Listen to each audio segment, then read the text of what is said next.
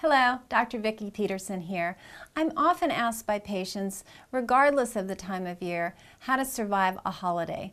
And whether it's your own birthday, or a child's birthday, or a graduation, Thanksgiving, whatever religion you are, whatever culture you are, whatever holidays you celebrate, we all have holidays that we celebrate, and we have get-togethers with family and friends. And these are supposed to be a fun occasion. But when you're gluten intolerant, dairy intolerant, whatever your food sensitivities might be, it's always a bit of a challenge when you're not preparing your own food. And there can be a bit of anxiety associated with going to a friend's house and not wanting to be the different one that is, saying I can't eat this and I can't eat that. So over the years I've come up with some strategies that have helped a lot of patients, and I thought I would share them with you.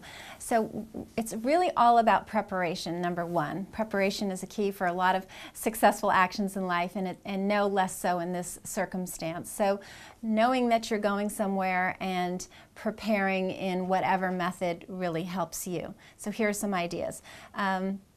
One is to eat before you go. This is something that proper young ladies used to do many years back so that they wouldn't look like pigs when they were eating in front of prospective husbands. But all that social niceties aside, there's nothing worse than being at an event full of food that you cannot eat and you're hungry. I think you'd agree that it's much easier to be good when you're not hungry. You've already eaten a meal, you're satisfied, so you can go, you can be social, you can eat what you can eat that's available, but you won't feel deprived and you won't be cranky because you're not starving. So one thing, if you really feel that the rest of the options I'm going to give you are not going to work, then you can always eat a little bit beforehand so you're not starving, and then you can nibble on anything that's okay. And there's also nothing wrong with bringing a protein bar or bringing some nuts or bringing something with you. Even if you go to the bathroom and have some bites of a protein bar, I've done that. And once again, it gets you through the event. You're not hungry. That's what it's all about. You can go home and eat a little bit more, but you can still enjoy family and enjoy friends and be social and all that entails, which is really what these events are about, and not so much be focused on the food. The other thing is, if the event is a potluck, well then you're in luck because you can obviously bring something that's suitable for you. So that's always a very nice thing, and my friends definitely don't know how to feed me, so they pretty much always suggest that I bring something. Or another option, if you like to cook the way I do, then just invite people to your house, because then you definitely know what's being prepared. But when it comes to potlucks, you can make something that works for you and your family if you're going with other family members, and make enough for the family, and then you're fine, and you don't need to worry about it. So what else is on my list here? Even if it's not a potluck, you can always volunteer to bring a dish. That was kind of what I was talking about earlier with friends of mine. They usually ask me to bring something I can eat so that they're not worried about feeding me. So that's definitely another option, just volunteer to bring something.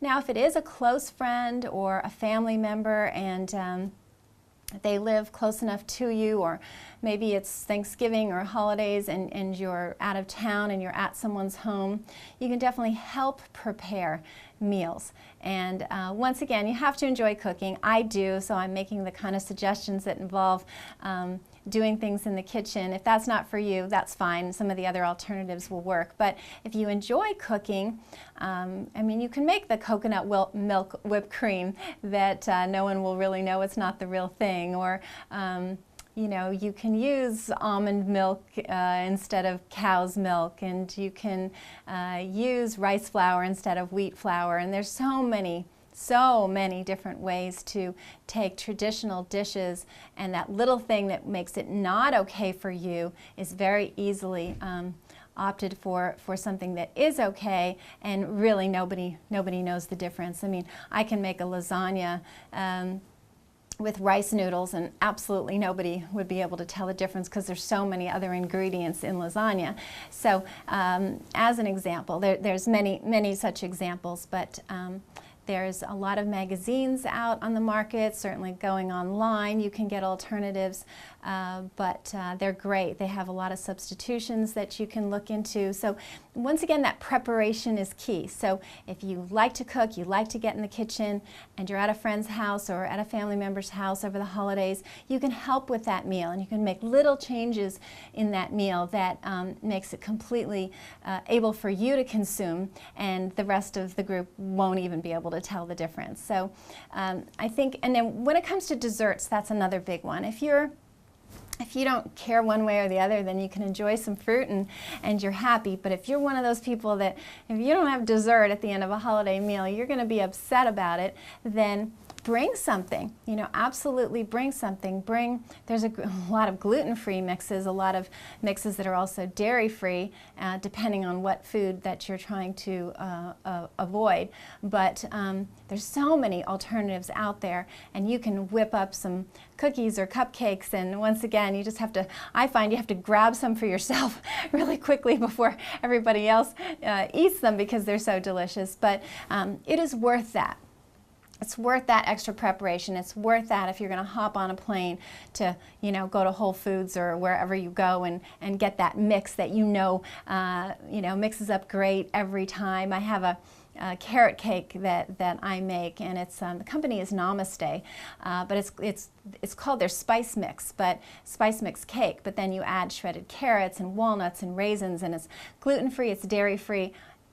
Such a piece of cake to make, no pun intended, and comes out great every time. Super simple, delicious. So think ahead, be prepared, bring that mix with you so that you know you have something yummy that you'll enjoy at the end of the meal, and everyone else will as well, but you won't feel deprived. And I think that's the biggest thing. Last but not least is the feeling different. You're just going to have to get over that. First of all, you're not different. There are so many millions of people that shouldn't be eating dairy products and shouldn't be eating gluten and shouldn't be eating probably whatever else it is that you're avoiding. So you are far from being alone.